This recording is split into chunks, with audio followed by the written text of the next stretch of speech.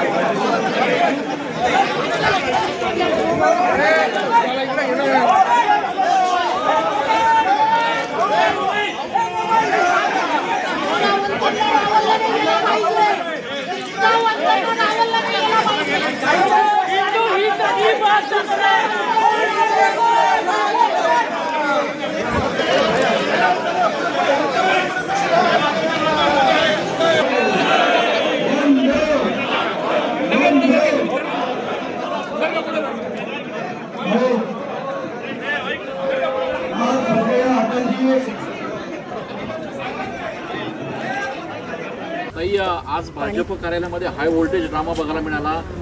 विनायक पांडे, शाहू खैरे, यतीन वाघ यांना आपल्या कार्यकर्त्यांनी विरोध केला. आपण देखील एक पोस्ट केली. नेमकी आपली भूमिका काय?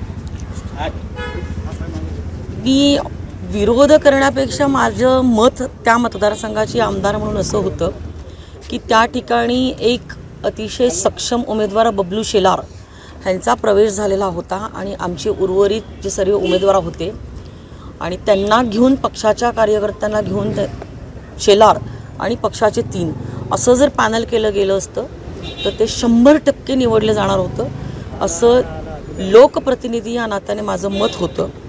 माझा अदरवाईज कोणाच्या पक्षाला कोणाचा पक्षप्रवेशाला विरोध करण्याचं कारण नाही. कार्यकर्त्याच्या पाठीशी मला असं वाटतं की जे वर्षानुवर्ष कार्यकर्ते काम करतात आणि जर निवडून येण्याचे संकेत आपल्याला दिसत आहेत तसं लोकप्रतिनिधी म्हणून मला वाटत होतं की ह्या ठिकाणी बाहेरून आलेला 1 आणि त्याच्याबरोबर 3 दिले तर निश्चित स्वरूपामध्ये पक्ष विजयी होईल. ह्याच्यासाठी मी आजची भूमिका मांडलेली होती. तुम्ही मला सर्वजण ओळखतात की गेल्या 40 वर्षामध्ये मी माझ्या स्वतःवरती कधी अन्याय झाला असेल, कुठली भूमिका पक्षाची घेतली गेली असेल, काय गेली असेल, स्वतःसाठी आजपर्यंत कधीही जाहीर भूमिका घेतली नाही.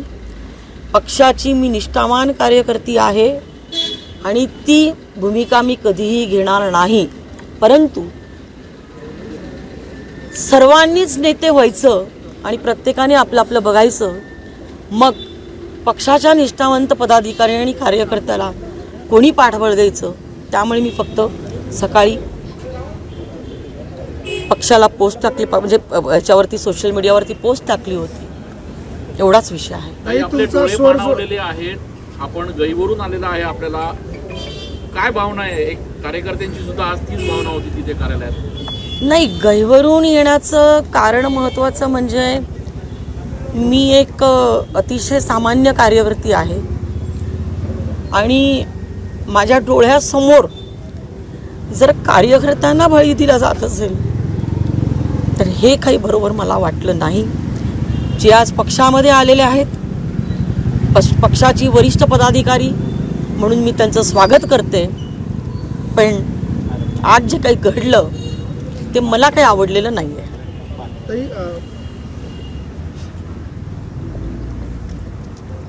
या सगळ्याच्या निमित्ताने तुम्हाला कोंडीत पकडण्याचा प्रयत्न केला गेला पक्षातल्याच काही लोकांकडून आणि म्हणून अशा पद्धतीचं हे सगळं समोर येताना दिसतंय का? मला कोणी कोंडीत पकडत असेल, ज्यांना पकडायचं असेल त्यांनी मला जरूर पकडावं. मी त्याला कशालाही घाबरत नाही.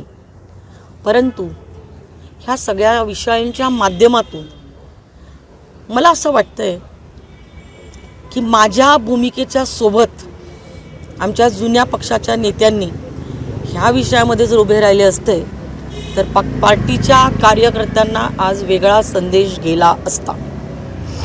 महाजनांसोबत काही आपली चर्चा झाली या सगळ्या मी गिरीश महाजन साहेबांवरती अजिबात नाराज नाही. त्यांना चुकीच्या पद्धतीने ब्रीफ केलं गेलेलं आहे आणि काही दलाल आणि ज्यांचा काही स्वार्थ की आपल्याच घरात काही तिकीटं मिळावी या स्वार्थातून या सगळ्या विषयाचं राजकारण झालेलं आहे. कोण चर्चा झाली असेल दलाल म्हणते आपण मला ह्या विषयावरती आता अधिक बोलायचं नाही आहे. धन्यवाद. खरं तर अटल बिहारी वाजपेयी यांची आज जयंती आहे आणि त्या जयंतीच्या निमित्तानं कार्यकर्त्यांसाठी थोडं मागे सरकार अक्षरशः ते जीवाचं रान करायचे आणि महत्वाची गोष्ट म्हणजे कुठलाही पक्ष फोडला नाही किंवा काही केलं नाही. एक मत कमी पडलं होतं, केंद्रातली सत्ता गेली होती.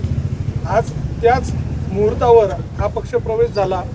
निष्ठावान कार्यकर्ते आहेत, काय भावना आहे? पक्षाच्या दृष्टिकोनातून प्रवेश होतो, पक्ष मोठा होतो, परंतु पक्ष मोठा होत असताना निष्ठावंतांवरती अन्याय व्हायला नाही पाहिजे एवढीच भूमिका मी मांडत होते.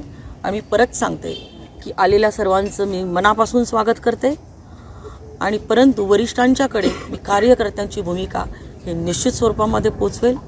गिरीश महाजन साहेबांनी मला सांगितलेलं आहे की आज प्रवेश झालेला असला तरी उमेदवाऱ्या फायनल नाही. आपण दलाल हा शब्द वापरला, नेमकं काय म्हणायचं? बस मला ह्या विषयावरती अधिक बोलायचं नाही. ताई, असं देखील त्यांनी म्हटलं की तुमचा विरोध जो आहे तो हळूहळू मावळेला, असं त्यांनी म्हटलेलं आहे. तुमचा विरोध मावळेला आहेत का? पुढे त्यांना सोबत मी ते तुम्हाला सांगितलं की आता पक्षामध्ये प्रवेश झालेला आहे त्यांचा. आता ते भारतीय जनता पार्टीचे झालेले आहे आणि भारतीय जनता पार्टीच्या विचारधारेमध्ये आमची 3री-4थी पिढी आहे. माझे सासरे 1990 साली पार्टीचे अध्यक्ष होते. सुहास फरांदेंनी अख्खा महाराष्ट्र पिंजून काढलेला आहे. 6 वर्ष कानाकोपऱ्यामध्ये मग ते फिरलेले आहे. अनेक वेळा माझ्यावरती अन्याय झाला असेल पण मी कधीही जाहीरमध्ये भूमिका घेतली नाही आणि मला खूप वाईट वाटतंय की आज मला हे बोलायला लागतं आहे. आणि माझी भूमिका अशासाठी होती की मला ह्या मतदारसंघाची लोकप्रतिनिधी म्हणून माझ्या डोळ्यासमोर चित्र होतं की ह्या मतदारसंघामधून 4ही प्रवेश आजचे झाले नसते तरी भारतीय जनता पार्टीचं कमळ निवडून येणार होता हा माझा विश्वास होता. आणि मी कोणाच्या एकाच्या उमेदवारीसाठी ह्या मतदारसंघामधनं किंवा 13मधनं ह्यालाच उमेदवारी द्या किंवा त्यालाच उमेदवारी द्या असाही माझा प्रयत्न नव्हता. धन्यवाद. संपूर्ण महापालिका निवडणुकीचं कॅम्पेनिंगचं प्रमुख आपल्याला केलेलं आहे. या सगळ्या आपण या सगळ्या निवडणुकीमध्ये सक्रिय राहणार आहात? निश्चित स्वरूपामध्ये निवडणुकीमध्ये मी सक्रिय राहील. पण मला असं वाटतंय की पक्षाच्या वरिष्ठांनी म्हणजे निवडणूक प्रमुख म्हणून मला माहिती देखील नव्हतं. प्रवेशाच्या चर्चा करताना 5-6 जण बसले. ते असं होता कामा नाही असं मला असं वाटतं की वरिष्ठांनी ह्या सगळ्या विषयांची दखल घ्यायला पाहिजे. नेत्यांचा बळी जात असेल तर वेगळी गोष्ट आहे, पण कार्यकर्त्यांचा जर बळी जात असेल तर काही संकेत कार्यकर्त्यांमध्ये चांगले जात नाही. आणि मी काही कुठली सांसानिक नाही आहे की जी आमदार झालेली आहे. मी नगरसेविका म्हणून गल्लीबोळामध्ये फिरत भ्रष्टाचाराच्या विरोधात लढत, अन्यायाच्या विरोधात लढत, संघर्ष करत मी आज 40 वर्षांपासून भारतीय जनता पार्टीमध्ये मी आणि माझं कुटुंब काम करत आहोत, करत राहू. धन्यवाद. जय श्रीराम. गिरीश महाजन यांनी मगाशी असं म्हटलं की सगळ्यांना विश्वासात घेऊन सगळ्यांशी चर्चा करूनच आम्ही हे प्रवेश करतोय. एकीकडे तुम्ही म्हणताय की विश्वासात घेतलं गेलेलं नाहीये. मी माझी भूमिका मांडलेली आहे.